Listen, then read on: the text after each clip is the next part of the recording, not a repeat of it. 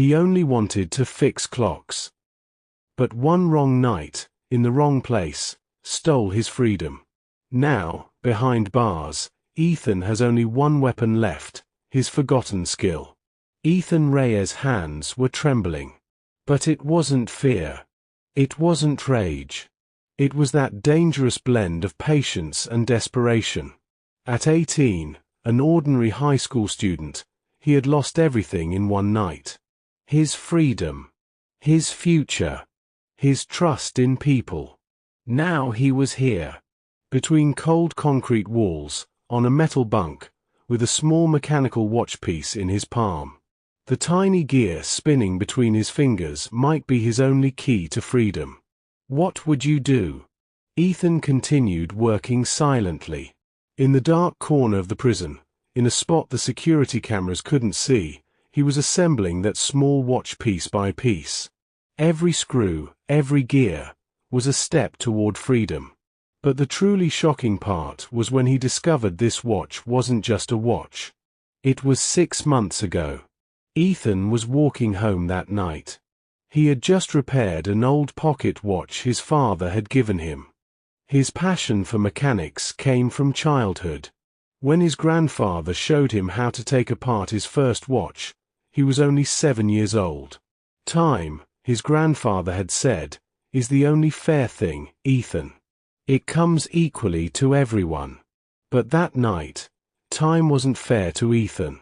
As he approached the sidewalk in the parking lot, he heard screams. 2 men were beating someone. Ethan pulled out his phone. Called the police. But when he ran to intervene, everything went wrong. Gunshot. The man fell. In Ethan's hand was only a blurry recording taken with his phone. But when the police arrived, witnesses told a different story. The 2 men had vanished. Ethan stood at the crime scene as the sole suspect of a murder. Anyone can be in the wrong place at the wrong time. His defense wasn't heard. His lawyer was inexperienced. Evidence was twisted. The recording on Ethan's phone was deemed insufficient evidence. At 18, he was suddenly declared a murderer. Right at this point, Ethan's life changed forever, and no one knew the real story was just beginning. Prison was cold. The soul-freezing kind of cold. Ethan didn't speak on his first day. Other inmates started calling him baby. Young, quiet, fragile-looking. But Ethan wasn't fragile. He was just developing strategy. At the end of the first week, he spotted an old man in the ward. Marcus. Former guard, put inside for taking bribes. But Marcus had a past. Ethan watched him. Silently. Patiently. One day, he saw Marcus drop an old pocket watch. Pieces scattered on the floor. Everyone passed by. But Ethan knelt down and gathered the pieces. "Can you fix this?" Marcus asked in surprise. Ethan looked up. For the first time, his eyes sparkled. "Yes," he said quietly. "I can bring back time. Wait a minute, don't miss this detail, because that watch wasn't just a watch." Ethan spent that night repairing the watch. Small parts, meticulous hands, silence. As he placed each gear, he reconstructed that night in his mind. The victim's face, the silhouettes of the attackers, that fleeting moment. By morning, Marcus got his watch back. It worked. Perfectly. "Wow," Marcus said. "You're really good." Ethan shrugged. But something had awakened inside him. Hope. Maybe even freedom. Marcus began protecting him. Other inmates started respecting him. The nickname the clockmaker spread. Everyone wanted Ethan to fix something. Watches, radios, small electronics. But Ethan noticed something else. In prison, everyone had a story. And every story held small details. He started keeping a small notebook. Drawings, notes, names. He recorded every word, every detail everyone said. Maybe one day this information would be useful. You haven't seen the biggest surprise yet, because Ethan's notebook wasn't just an ordinary notebook. A month later, a new inmate arrived. Danny.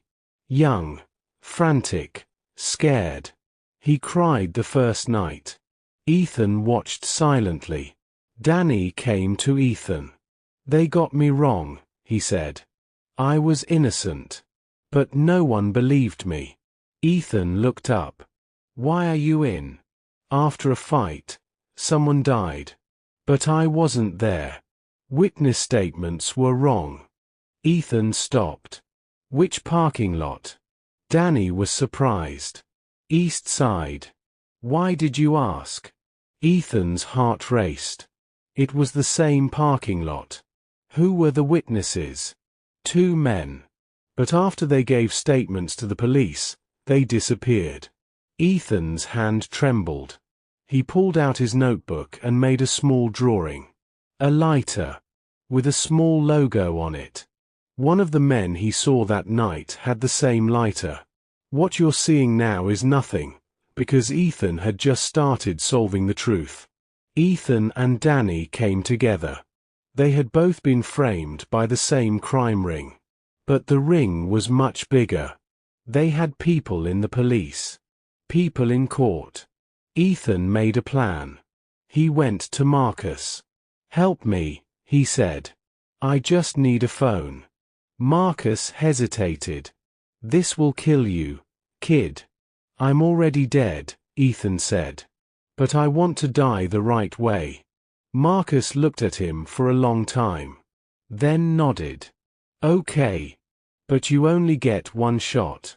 You won't believe this. Ethan's plan was far more dangerous. But before making that call, Ethan needed more proof. The lighter drawing wasn't enough. He needed names. Faces. Connections. That's when he met Rodriguez. A veteran inmate who had been inside for 15 years. Rodriguez knew everyone. Every gang. Every corrupt cop. Every dirty lawyer. Ethan approached him during lunch. The cafeteria was loud, chaotic. Perfect cover for a quiet conversation. "Rodriguez," Ethan said, sitting across from him. "I need information." Rodriguez looked up slowly. His eyes were cold, calculating. "What makes you think I'd help you, clockmaker?" "Because," Ethan said, placing a small broken radio on the table, "you want your daughter to hear your voice again." Rodriguez's expression changed. "How do you know about my daughter?" Ethan had overheard Rodriguez talking to another inmate weeks ago. His daughter lived across the country. She had stopped visiting. Stopped taking his calls. "I can fix this radio," Ethan said. "Better than new. And I can help you write a letter she'll actually want to read." Rodriguez stared at him for a long moment. Then he smiled. A genuine smile. "You're smarter than you look, kid. What do you need?" "2 names," Ethan said. "The men who frame people on the East Side. The ones with the lighter." Rodriguez's smile faded. "You're playing with fire." "I know." Rodriguez leaned in close. "Their names are Vince Morales and Tommy Chen. They work for the Serpent Syndicate. Biggest crime ring in the state. They've been doing this for years. Frame innocent people, collect protection money from businesses, blackmail judges." Ethan's heart pounded. "How do I prove it?" "You don't," Rodriguez said. "People who try to expose them end up dead. Or worse, they end up here forever. There has to be a way." Rodriguez sighed. "There's one person who might help. Detective Sarah Walsh. She's been investigating the syndicate for 3 years. But she has no witnesses. Everyone's too afraid to talk." "Where is she?" Rodriguez wrote down an address on a piece of paper. This is her office. But good luck getting a message to her from in here. Ethan took the paper. He had a plan forming in his mind. A dangerous plan. That night, Ethan worked on Rodriguez's radio. It was more complex than he expected. The wiring was corroded. The speaker was blown. But Ethan had always loved a challenge. As his hands moved methodically, his mind raced. He needed to contact Detective Walsh. But how? Marcus's phone was risky. One call to his lawyer was understandable. But multiple calls? That would raise suspicion. Then he remembered something. Marcus had mentioned that the prison chaplain, Father Miguel, sometimes delivered messages for inmates. Letters to family. Prayers for the lost. Ethan found Father Miguel the next morning during breakfast. "Father," he said quietly, "I need your help." Father Miguel turned. He was an older man with kind eyes and a weathered face. He had seen too much suffering in this place. "What is it, my son?" "I need you to deliver a letter. To a detective. It's about proving my innocence." Father Miguel studied him carefully. "You were wrongly accused?" "Yes. And so were others. But if I don't act now, more innocent people will suffer." Father Miguel nodded slowly. "I'll do it. But be careful, Ethan. The truth is a dangerous weapon in a place like this." Ethan spent the next 2 days writing the letter. He included everything. The lighter. The names. Danny's case. The pattern of false testimonies. The Serpent Syndicate. He drew diagrams in his notebook. Timelines. Connections. Everything a detective would need to start a real investigation. When the letter was finished, he gave it to Father Miguel. "May God protect you," the priest said. It was midnight. Guards were careless during shift change. Marcus gave Ethan a small cell phone. Old model, basic, but sufficient. Ethan called his lawyer. Talked about new evidence. About Danny's case. About the lighter. The lawyer was silent. Then, "This is very dangerous, Ethan. If you're wrong." "I'm not wrong," Ethan said. "Please. Just investigate." 3 days later, the lawyer came back. He had found that Ethan was right. The same ring had framed dozens of people. But no one dared to speak. Ethan took a deep breath. "Then I'll speak." But the truly shocking thing happened when Ethan hung up the phone. A week later, something unexpected happened. Detective Walsh came to the prison. She requested to meet with Ethan. The meeting room was small, gray, depressing. But when Detective Walsh walked in, Ethan felt hope for the first time in months. She was in her 40s, sharp-eyed, determined. She placed a folder on the table. "Ethan Reyes," she said, "you've given me more evidence in one letter than I've collected in 3 years." Ethan leaned forward. "So you believe me?" "I do. And I've already started building a case. But I need you to testify. In court.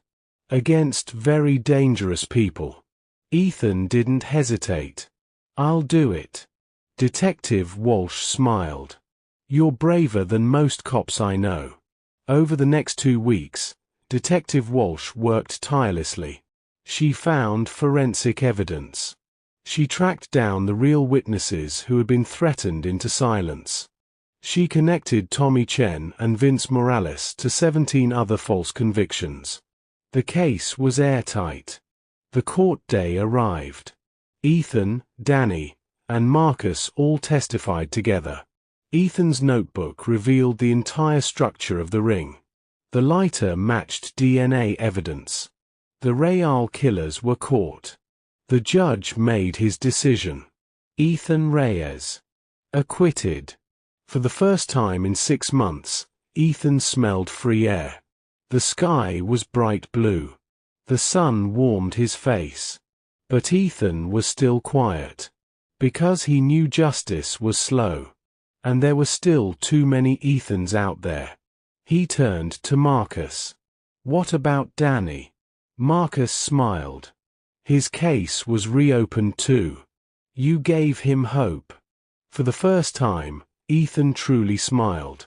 As Ethan stood outside the prison, a message came to his phone. "Unknown number. You exposed us. But this isn't over, Ethan. Do we know your family?" Ethan's smile froze. He immediately called Detective Walsh. "They're threatening my family," he said, his voice shaking. "I'm sending protection right now," she replied.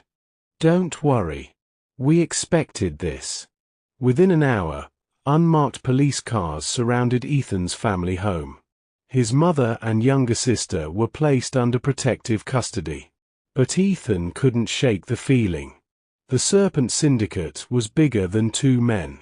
Vince and Tommy were just soldiers. Someone higher up was pulling the strings. That night, Ethan couldn't sleep. He sat in his childhood bedroom, the old pocket watch in his hand. Tick-tock. Tick-tock. His phone rang. Detective Walsh. "Ethan," she said urgently. "We just arrested the head of the syndicate. You won't believe who it was." "Who?" "Judge Raymond Clark. The same judge who presided over your trial." Ethan's blood ran cold.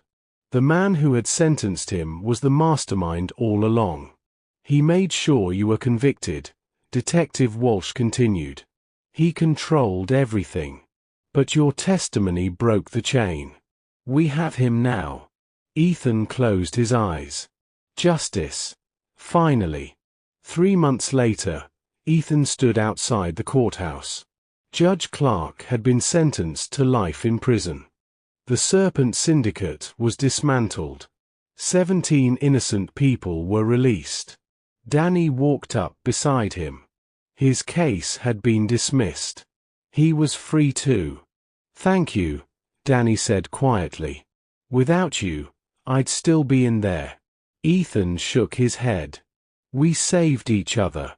They stood in silence for a moment, watching people walk in and out of the courthouse. Some were victims. Some were lawyers. Some were families hoping for justice. "You know what I realized?" Ethan said softly. "The justice system isn't just buildings and laws. It's people. People who care enough to fight. People who refuse to stay silent." Danny nodded.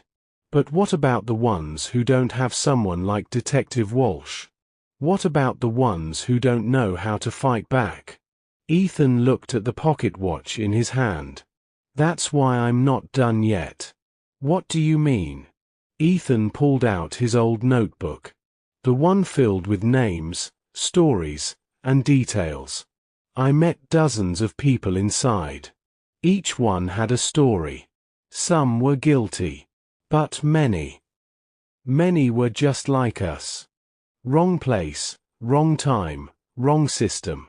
So what are you going to do?" Ethan smiled. "I'm going to keep fixing things. Not just watches.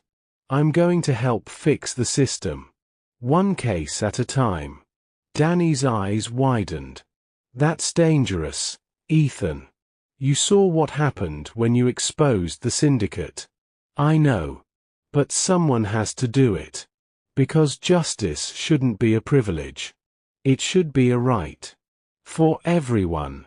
Detective Walsh approached them. She had been watching from a distance.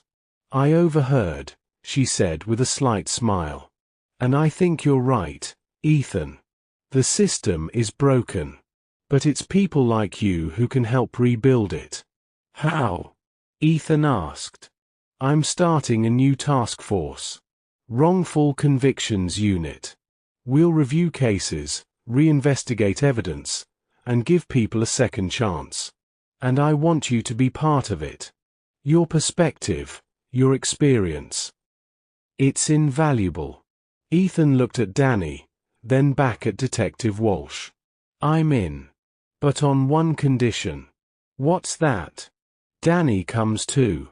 And we find more people like us. People who've been through the system and survived. Because they understand what it's really like. Detective Walsh extended her hand. Deal. As they shook hands, Ethan felt something he hadn't felt in a long time. Purpose. That evening, Ethan visited his grandfather's grave. He placed the old pocket watch on the headstone. You were right, Grandpa, he whispered. Time is the only fair thing. But sometimes, people need help making sure time is on their side. The sun was setting. Golden light spilled across the cemetery. And for the first time since that terrible night 6 months ago, Ethan felt at peace. But his work was just beginning. Over the next year, Ethan and the Wrongful Convictions Unit freed 23 innocent people. They exposed corrupt officials. They reformed interrogation practices. They trained public defenders. And every time someone walked out of prison, vindicated and free, Ethan was there. With his notebook. With his story. With proof that one person can make a difference. Because justice isn't about perfection. It's about persistence. It's about refusing to give up, even when the system seems impossible to change. It's about believing that every person deserves a fair chance. A fair trial. A fair life. Ethan looked at the pocket watch one last time before placing it in a display case. It would be part of an exhibit. A reminder. A symbol. A symbol that time can heal. But only if we fight for it. The system may be broken. But it's not beyond repair. It just needs people who care enough to fix it. One gear at a time. One case at a time. One life at a time. Because in the end, justice isn't just about laws and courts. It's about humanity, compassion, and the courage to stand up and say, this is wrong. And I'm going to make it right. Ethan walked out of the museum. The city stretched before him. Millions of people. Thousands of stories. And somewhere out there, someone was waiting. Hoping. Praying for justice. And Ethan would be there. Ready to help. Ready to fight. Because he knew what it felt like to be alone in the dark. And he would make sure no one else had to feel that way again. Time is still flowing. But this time, Ethan is ready. And he's not alone anymore. The fight for justice never ends. But neither does hope. And that's the most powerful weapon of all.